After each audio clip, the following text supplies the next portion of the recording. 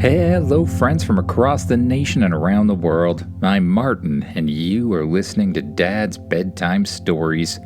Tonight, we're finally headed back to the all-popular Cards of Power series. As many of you know, if you've been following the series, we're currently in what we call the Deity level tournament, fighting for the top spot, of course, using all of our high-powered creatures. And as such, I think we better check out the suggestions we have for the Deity level tournament.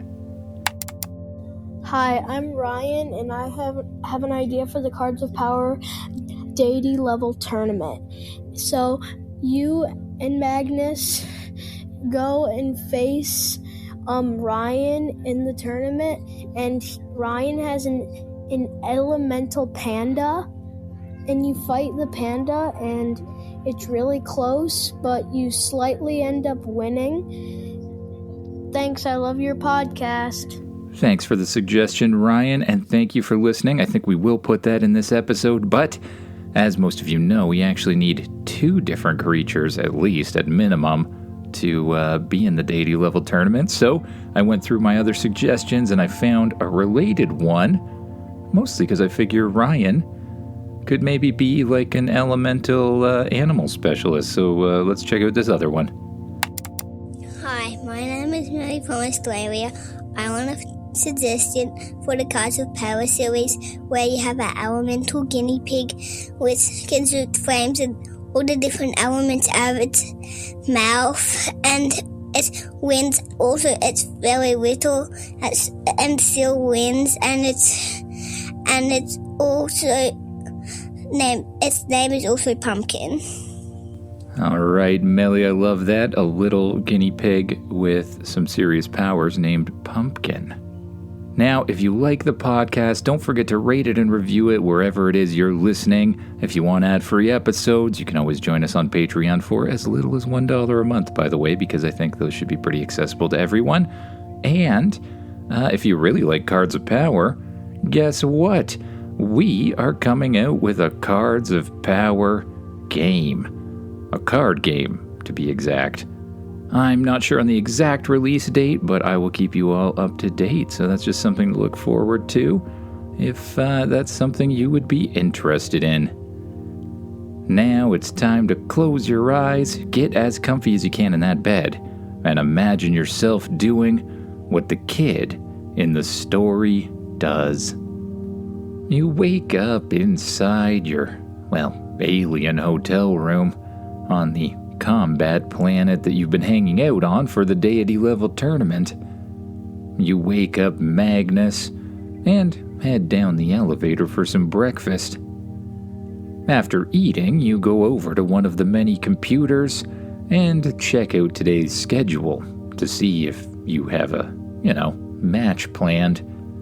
After scanning your ID card, the system confirms that you do, in fact, have a match planned, starting in less than a half hour. Well, Magnus, are you ready? Ready? I was born ready. I'd like to see one of these other animals that could actually take me on. They're all Deity level, buddy. I think you should probably be a little less confident. Nah. Why would I do that? Magnus asks. All right, let's get going. You head outside and instinctively summon your energy wing card. That way you don't have to walk through a whole bunch of people.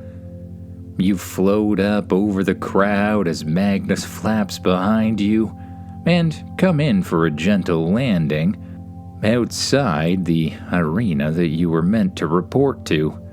At the participant door, of course. It's much quieter there.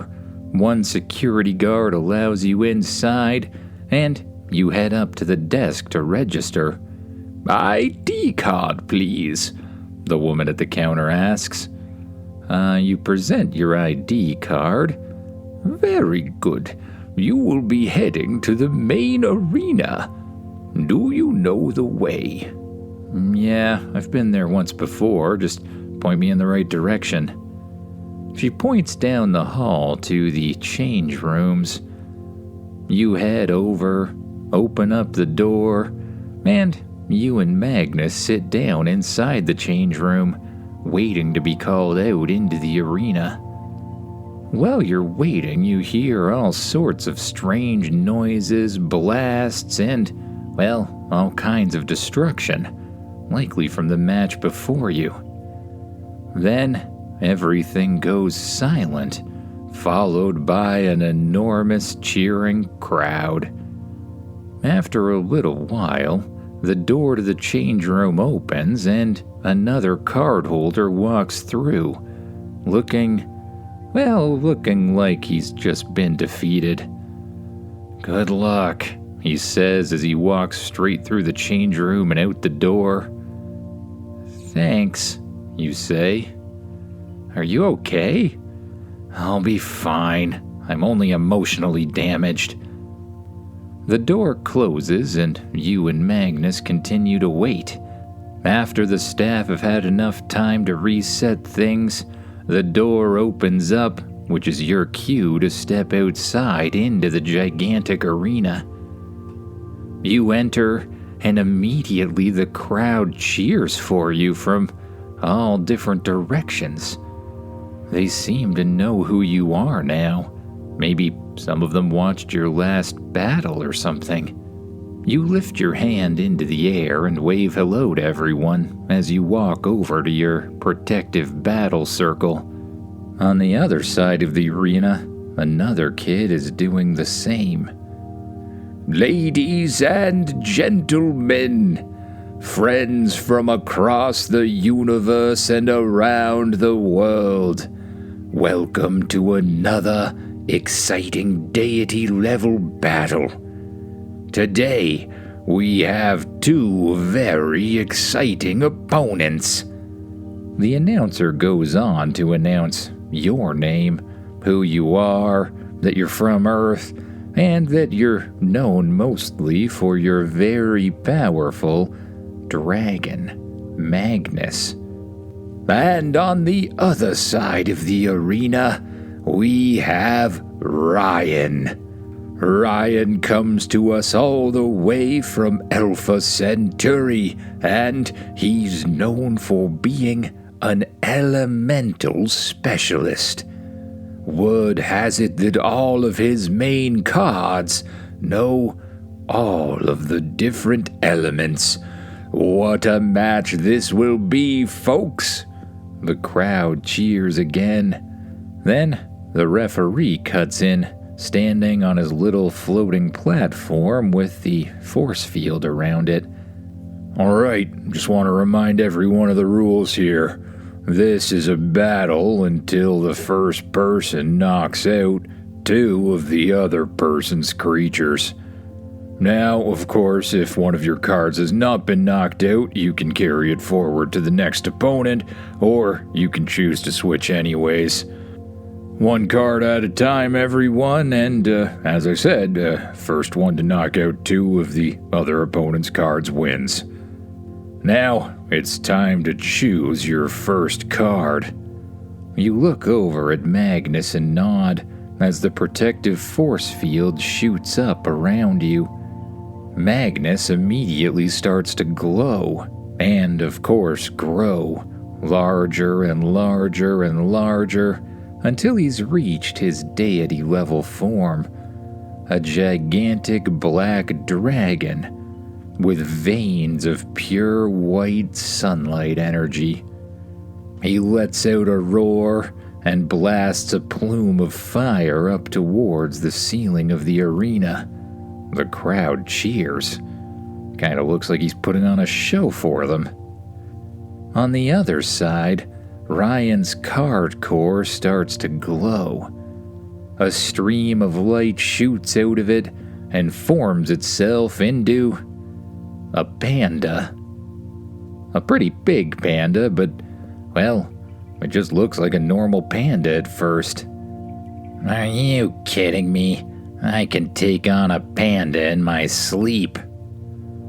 The match will begin in 5, 4, 3, 2, 1. Magnus immediately takes in a huge breath and blasts out a powerful stream of pure sunlight energy. Unfortunately, it passes straight through the panda that, instead of being solid, is now made of lightning. The lightning blasts over towards the side of the arena and then straight back down at Magnus, shocking him and causing him to fly into the wall. "Now," Magnus says. The lightning panda shoots back over to the center of the arena, and its element starts to change. Fire begins to rise up around the panda, larger and larger, creating a sort of fire panda outline outside the actual elemental panda itself, if that makes any sense. It looks kind of like a gigantic fire mech suit surrounding the thing. The panda roars, opens the mouth of the giant fire part, and blasts out a huge stream of fire. Then it lifts up one of its fire hands and unleashes a bolt of lightning. The fire glances off of Magnus, but the bolt hits him dead center, again shocking him. "Ow!" he says.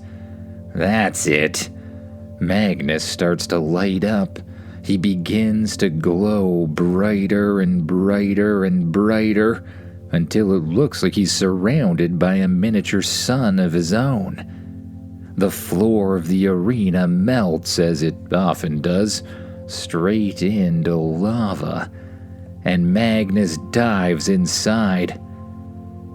The elemental panda begins trying to strike what he can't see, punching down towards the ground and splashing the lava everywhere with a giant fire fist. Then he tries summoning rock out of the lava, pulling pieces of lava into the air, solidifying them together, and then chucking them down at the ground, creating another huge splash of lava, but again nothing happens. Next, he starts to gather water around him. Water starts to solidify out of the air itself and spin around the huge fire panda. He splashes it down on the ground and instantly cools the lava back to stone. Though, right afterwards, it melts again. The bear roars in frustration as a huge lava dragon shoots out and tackles the thing. Magnus flies straight up, bashes the panda out of the center of the fire panda, and pulls it down towards the ground, pulling it underneath the stone and lava. Moments later, the panda flies out of the lava, its fur smoking, hits the wall of the arena, and lands on the ground once again, starting to sink. It opens its eyes, looking kind of angry. Air starts to swirl around it, and the panda lifts up off of the ground, held inside a little miniature tornado. From there, all of the elements start to surround it. Fire, water, pieces of earth, pieces of ice. It waits for a moment for Magnus to once again shoot out of the lava, and it unleashes a blast of all elements at once. They collide with Magnus, sending him flying backwards against the arena wall until the elements start to swirl around him instead. He shoots them back in the direction of the panda, and, it has the opposite effect. The panda flies across the arena and smashes into the wall once again. The two of them struggle back and forth for full control over the different elements. But as the panda's distracted, Magnus looks down towards the ground. Suddenly, a huge magma-like dragon shape shoots out of it and splashes into the panda on the other side, knocking it against the wall and causing it to lose control of all of the elements at once. Magnus wastes no time, summoning the lava up from the ground again, wrapping it around the panda, and solidifying it all at the same time. Then, Magnus charges another huge breath and unleashes a powerful blast of pure sunlight energy. When the energy hits the now obsidian-covered panda, the obsidian explodes. The panda flies backward and smashes against the back wall. The stream continues and continues and continues until finally it looks like the panda is reverting back to energy. Blue energy shoots up in the air, but instead of returning to the card core, it blasts straight at Magnus in the form of lightning. The lightning hits Magnus, causing him to drop down to the ground. Before solidifying into a panda once again, the panda slowly closes its eyes, falls asleep, and finally actually transforms into energy and shoots towards Ryan's card core. Magnus is able to keep his eyes open, but just barely. The announcer's voice fills the arena. "Ladies and gentlemen, we seem to have a winner. Round 1 goes to the fire dragon." "All right, kid, you can pick one more. What'll it be?" "Oh, I have an idea," Ryan says, his card core lighting up. "Pumpkin, go!" A blue flash of light shoots out of Ryan's chest, swirls through the arena, and reforms itself into a really cute little guinea pig. The crowd lets out a big "Aww" all at once. Magnus, do you need a break? I can call Dominic in if you need me to." Well, I'm not feeling the greatest, but I think I can take on a guinea pig," Magnus responds. And just as he says that, the guinea pig transforms into lightning, blasts across the arena, and strikes Magnus directly in the center. "Ow!" he says, feeling the electricity blasting through his body. The lightning-powered guinea pig shoots up into the air and back down into Magnus, again and again and again and again, striking him over and over, faster than he's even capable of responding, until Magnus eventually gives in, closes his eyes, and transforms into energy, shooting back into your card core. "Well, interesting, ladies and gentlemen. It seems we now have a tie, which means that the next knockout will win the battle." Surprised to see Magnus go so suddenly, you reach into your card core and summon one of your other toughest creatures, Dominic, the magic dingo. The huge dingo appears in front of you, and immediately it begins to duplicate itself. Other dingoes, or, well, dingo clones start to appear all around the arena. Time clones, versions of Dominic from other realities, other possibilities. But the little guinea pig doesn't waste any time. It transforms into lightning once again and begins to blast towards various clones as quickly as it can. Fire shoots out, bolts of rock fly around the arena, and one by one they start taking out different versions of Dominic. The attacks are far more powerful than anyone would have imagined. The guinea pig transforms into stone and blasts through one of the versions like a little guinea pig bullet. It transforms back into lightning and shoots into another.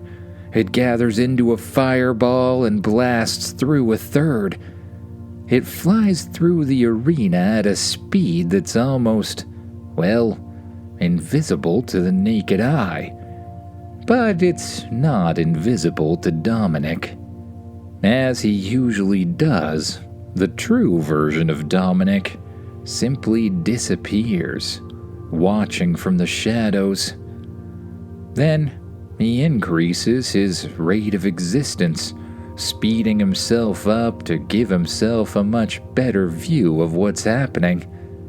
From that perspective, he can slowly watch the little guinea pig fly through the air, transform into various elements, and take out different versions of himself. And while this little creature is obviously quite powerful, Dominic has all the time in the world to decide what to do with the thing.